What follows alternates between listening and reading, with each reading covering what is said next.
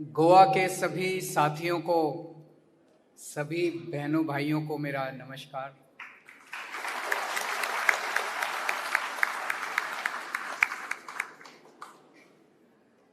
सबसे पहले मैं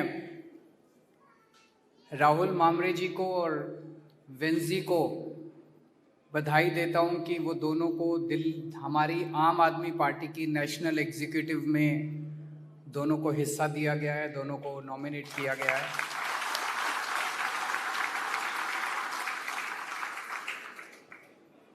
मैं सिसिल को बधाई देता हूं कि उन्हें हमारे पूरे देश की जो आम आदमी पार्टी के यूथ विंग है उसका वाइस प्रेसिडेंट बनाया गया है।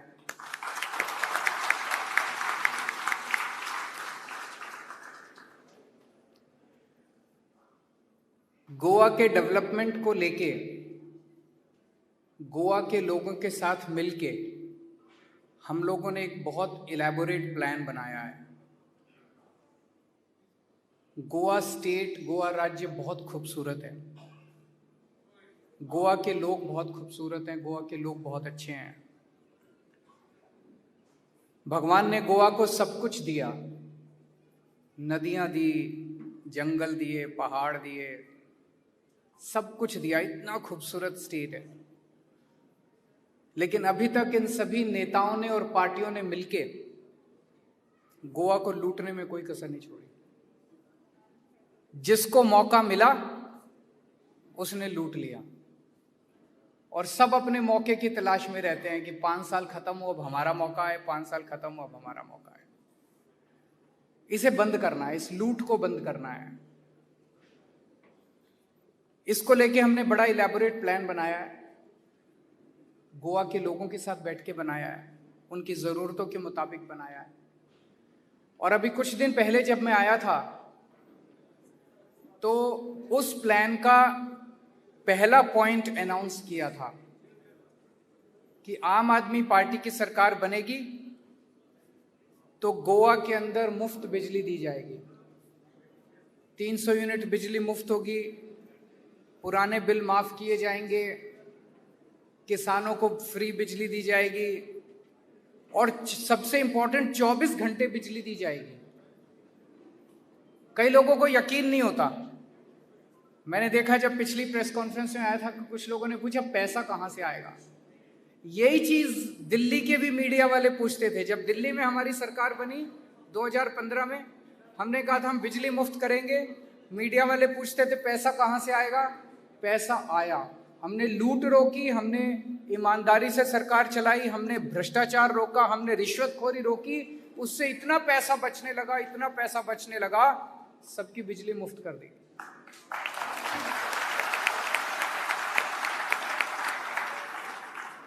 गोवा में भी करेंगे। ये मैं इसलिए बता रहा हूं क्योंकि अब मैं जो घोषणाएं करने जा रहा हूं वो इतनी बड़ी हैं कि आपके मन में यही आएगा कि पैसा कहां से आएगा। आएगा पैसा, आप चिंता मत कीजिए। मैं जो कहता हूं वो करता हूं।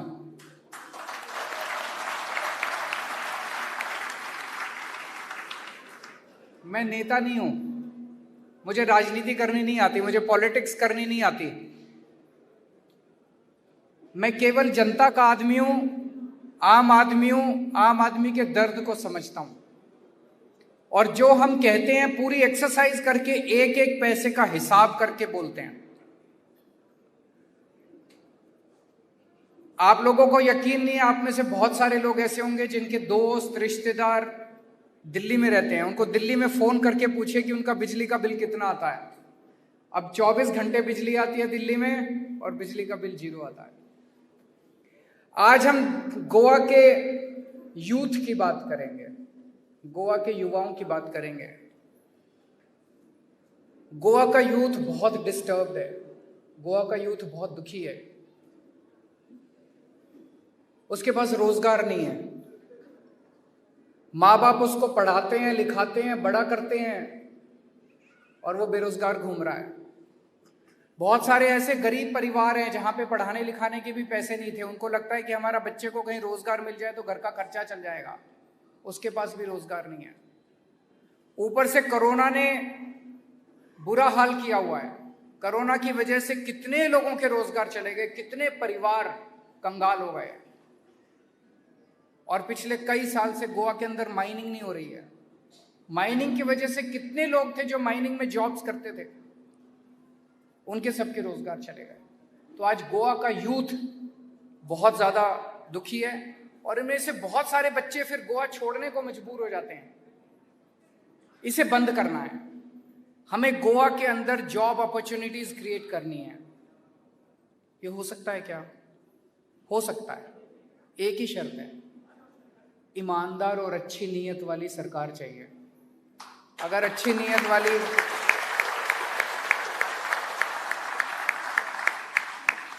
नीयत वाली ईमानदार सरकार आएगी तो सब कुछ हो सकता है। तो गोवा के अंदर जॉब्स के लिए मैं 7 घोषणाएं आज कर रहा हूं, 7 अनाउंसमेंट्स।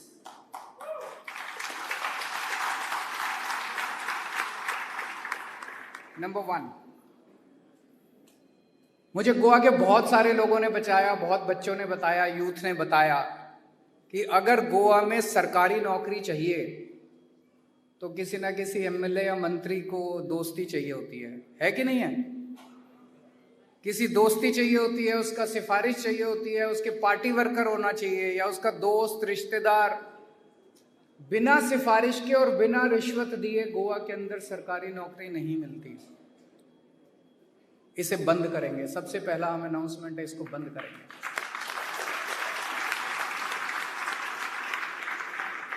गोवा की हर सरकारी नौकरी के ऊपर गोवा के यूथ का अधिकार होगा।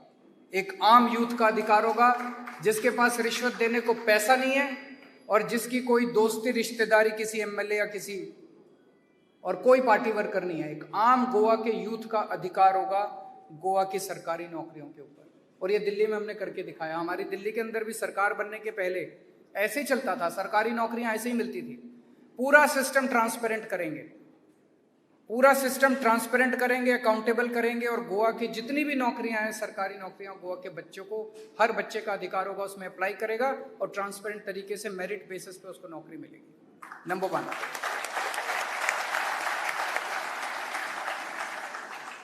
नंबर 2, गोवा के हर घर से एक बेरोजगार यूथ को रोजगार देने के लिए अरेंजमेंट करेंगे। गोवा के हर घर से, हर फैमिली से एक बेरोजगार यूथ को रोजगार मुहैया कराने के लिए अरेंजमेंट करेंगे। नंबर 3, जब तक उसको रोजगार नहीं मिलता तब तक उसको 3,000 रुपए पर मंथ बेरोजगारी भत्ता दिया जाएगा।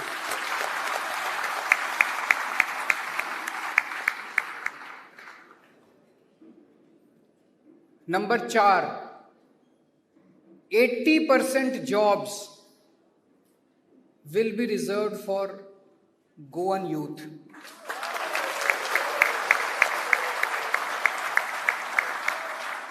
इसको मैं थोड़ा क्लियर कर दूं। मुझे बताया गया है कि जो गवर्नमेंट सर्विस है, गवर्नमेंट जॉब्स, उसमें तो अभी लगभग सारे जॉब्स गोवन के लिए रिजर्व्ड हैं। 15 साल का डोमिसाइल चाहिए होता है और कोंकणी लैंग्वेज की वो चाहिए होती है। Private jobs are not reserved for Goans. We will bring a law to reserve 80% of the private jobs also for Goan youth.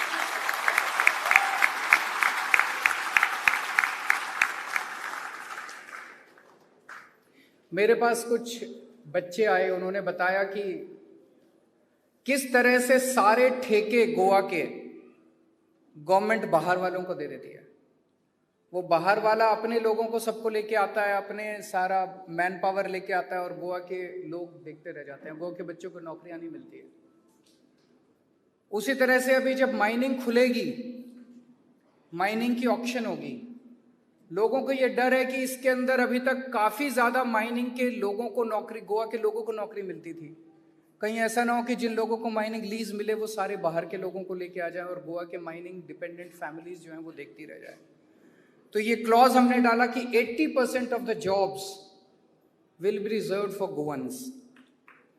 इसमें कुछ लोगों ने हमें कहा कि कुछ सेक्टर ऐसे होते हैं जिसमें एक्सपर्टीज की जरूरत होती है, इसलिए 20% रखा है कि अगर आपको एक्सपर्टीज की जरूरत है, स्पेशल एक्सपर्टीज की जरूरत है, उस 20% में आप बाहर से ले आइए, but 80% of the job should be reserve for गोवंस।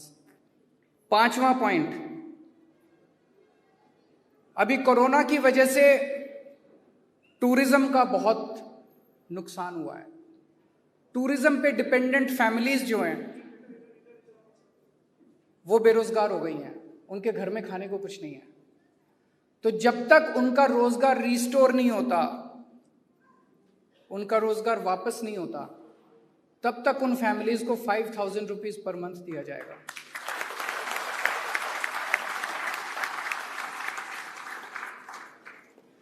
जो माइनिंग डिपेंडेंट फैमिलीज हैं, माइंस बंद हो जाने की वजह से वो भी भुखमरी की कगार पे आ गए हैं। जब तक माइंस चालू नहीं हो जाती और उनका जॉब रिस्टोर नहीं हो जाता, तब तक हर माइनिंग फैमिली को भी 5,000 रुपए महीना दिया जाएगा।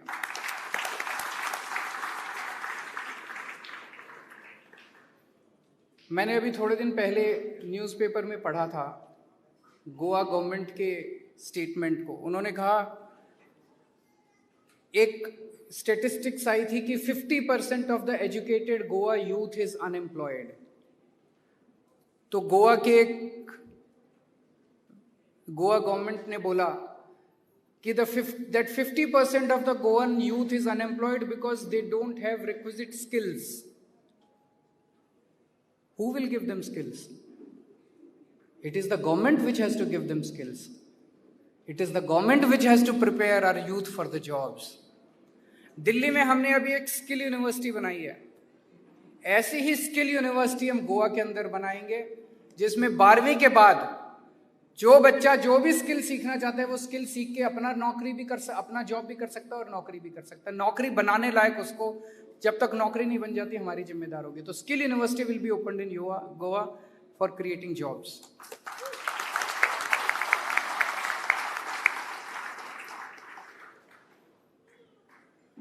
आप कहेंगे जॉब्स आएंगे कहां से? अभी जैसे मैंने बताया कि गोवा को लेके हमने बहुत बड़ा इलेबोरेट प्लान बनाया है। आने वाले टाइम में मैं कई बार आऊँगा आपसे बातचीत करने के लिए। स्कूल्स को लेके नए नए स्कूल्स खोलेंगे, हॉस्पिटल्स को लेके नए नए हॉस्पिटल्स खोलेंगे, विलेज क्लिनिक्स खोलेंगे, सड़कें ठीक करनी है। अभी मैं सड़क से आ रहा था, सड़कें टूटी हुई है कि नहीं हुई है? सड़कें टूटी हुई हैं, उनको ठीक करेंगे। डोर स्टेप डिलीवरी करनी है, वो बहुत सारे काम करने हैं गोवा में। इसके लिए मैन पावर चाहिए। ये सारी मैन पावर गवर्नमेंट के अंदर एम्प्लॉय करनी है। माइनिंग को शुरू करेंगे। माइनिंग को शुरू करने से कितने जॉब्स क्रिएट होंगे? टूरिज्म के अंदर इनफाइनाइट अपॉर्चुनिटीज है। विल पावर चाहिए, बस पॉलिटिकल विल चाहिए। इन सब चीजों से जॉब्स क्रिएट करेंगे, आपके साथ मिलकर करेंगे। और लास्ट में एक छोटी सी चीज कहना चाहता हूं। मैंने थोड़े दिन पहले सुना था कि सावंत साहब ने गोवा के अंदर पानी फ्री कर दिया। मुझे बहुत खुशी हुई। दिल्ली में हमने किया था, 4 साल पहले हमने दिल्ली में पानी किया था। गोवा के अंदर हमने कहा हम बिजली फ्री देंगे, तो उन्होंने कहा हम पानी भी फ्री देंगे। बहुत अच्छी बात है। अब मैंने सुना वहां इन्होंने door step delivery of services भी शुरू कर दिया। हमने दिल्ली में 3 साल पहले door step delivery of services शुरू किया था। उसमें क्या है, अगर आपको दिल्ली सरकार से कोई भी काम कराना है तो आपको एक नंबर दे दिया 1076। आप उस नंबर पे कॉल करो, आपसे पूछेंगे कि आपके घर हम कितने बजे आएं। दिल्ली गवर्नमेंट का ऑफिसर आपके घर आता है काम करने के लिए, आपको ऑफिस जाने की जरूरत नहीं है। आप बोलिए मैं रात को 9 बजे आइए, मैं तो काम पे जाता हूं, मैं काम पे जाती हूं, मैं तो रात को 9 बजे दिल्ली सरकार का ऑफिसर आपके घर आएगा आपका काम करने के लिए।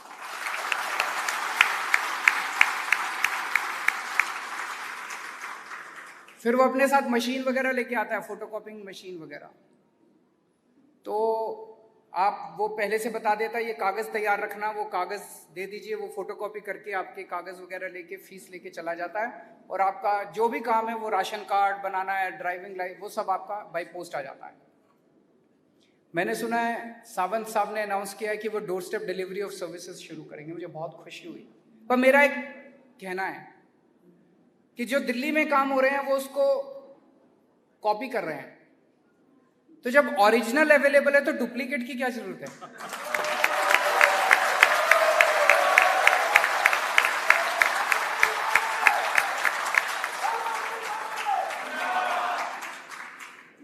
जब गोवा के लोग अपना वोट डाल के ओरिजिनल को चुन सकते हैं तो डुप्लीकेट को चुनने की क्या जरूरत है? फिर डुप्लीकेट वाला तो गड़बड़ी करेगा ना। सो बहुत बहुत शुक्रिया। अगर आपके कोई क्वेश्चंस हैं तो we can take 3-4 questions.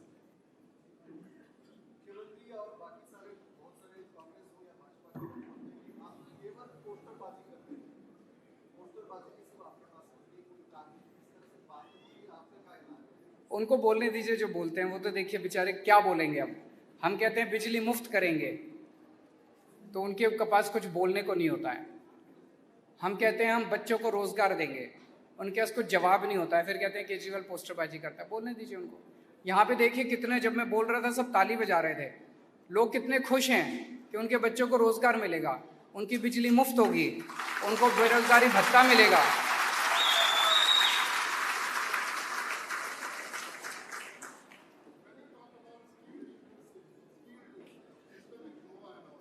Skill University.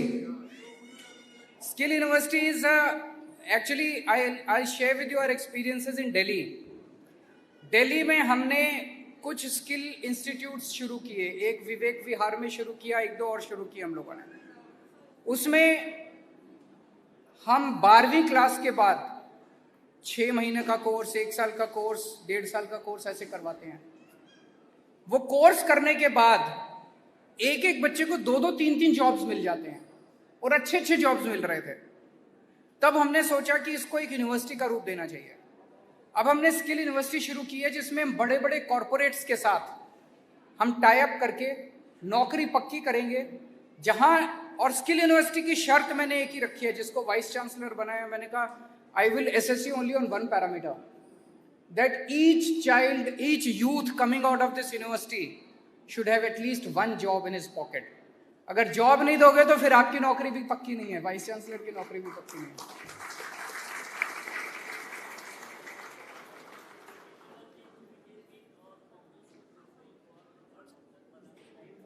आवाज, can we have a mic? If we have a mic, जोर से थोड़ा बोल दीजिए।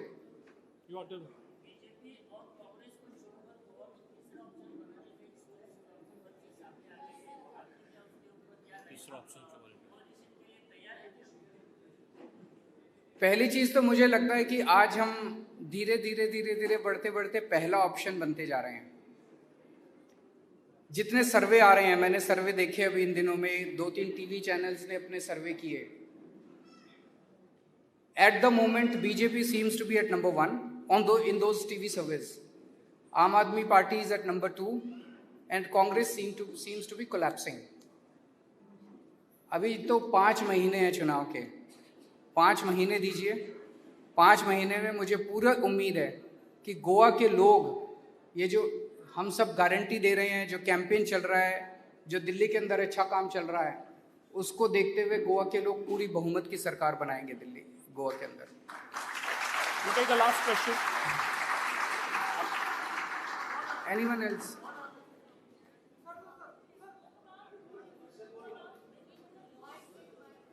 जोर से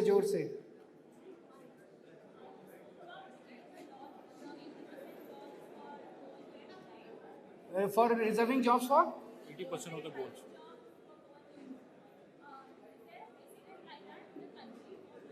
Haryana did it recently. Haryana has passed a law reserving 80% of their jobs for their own youth in private sector. We will study that and we'll make appropriate amendments according to Goan conditions. We will discuss with everyone.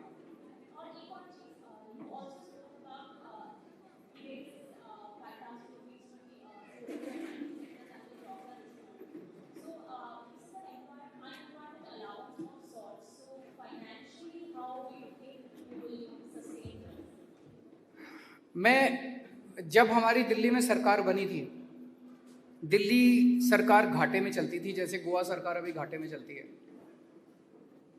हम लोगों ने 4 साल 2019 की आप CAG की report उठा के देखिए।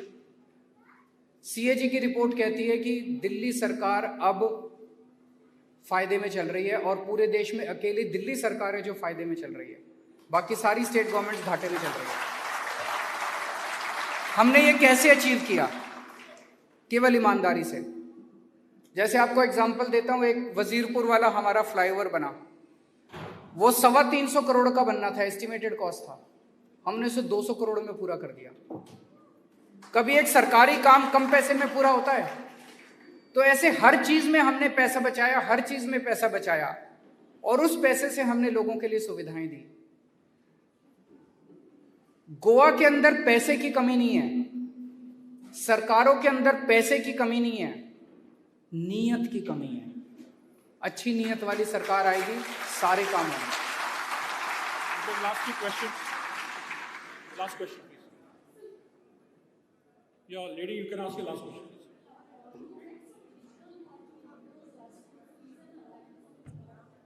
We will let you know as soon as that happens, and if it happens. Thank you. Thank you. आइए मिलते हैं, मिलके बैठ के चाय पियेंगे।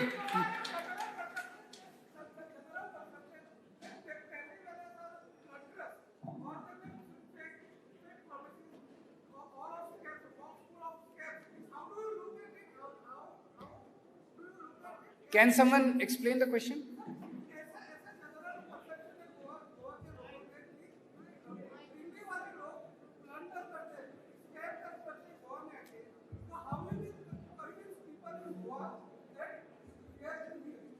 ये बात कोई दिल्ली के लोगों की या मध्य प्रदेश के लोगों की या गोवा के लोगों की कोई अलग से नहीं है।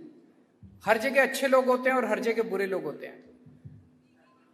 बेसिकली तो पॉलिटिशियंस की बात है, पॉलिटिक्स खराब हो गई है, पॉलिटिशियंस खराब हो गए हैं, पार्टियां खराब हो गई हैं।